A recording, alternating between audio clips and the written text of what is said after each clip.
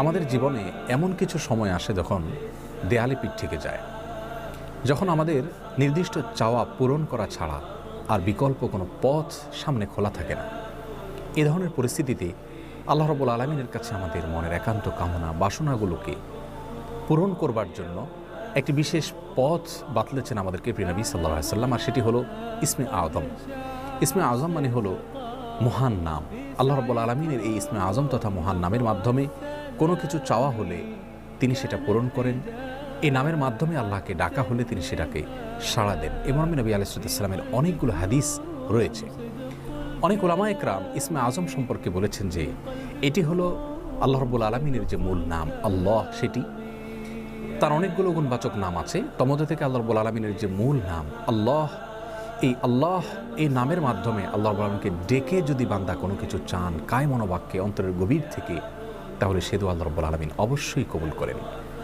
এজন্য কোনো কিছু আল্লাহ রাব্বুল আলামিনের কাছে চাওয়ার আগে যদি আল্লাহ বলে ডেকে ভালোবাসা থেকে, আস্থা থেকে, ভরসা থেকে, কায় মনোবাক্যে দীনতাহীনতার সাথে আল্লাহকে ডেকে যদি কেউ দোয়া করেন, তাহলে সে দোয়া আল্লাহ রাব্বুল আলামিন ফিরিয়ে দেন না।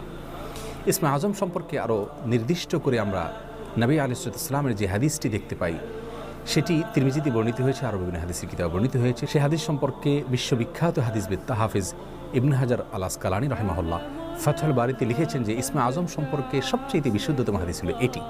আর সেটি হলো এই যে বুরায়দা রাদিয়াল্লাহু আনহু বর্ণনা করেছেন, এক ব্যক্তি নামাজের মধ্যে একবার কিছু বাক্য বলে উঠলেন, নবী সাল্লাল্লাহু আলাইহি সাল্লাম তার কথাগুলো শুনলেন। তিনি এটি আর সেটি হলো এই যে বুরায়দা রাদিয়াল্লাহু আনহু বর্ণনা করেছেন, এক ব্যক্তি নামাজের মধ্যে একবার কিছু বাক্য বলে উঠলেন, নবী সাল্লাল্লাহু আলাইহি সাল্লাম তার কথাগুলো শুনলেন।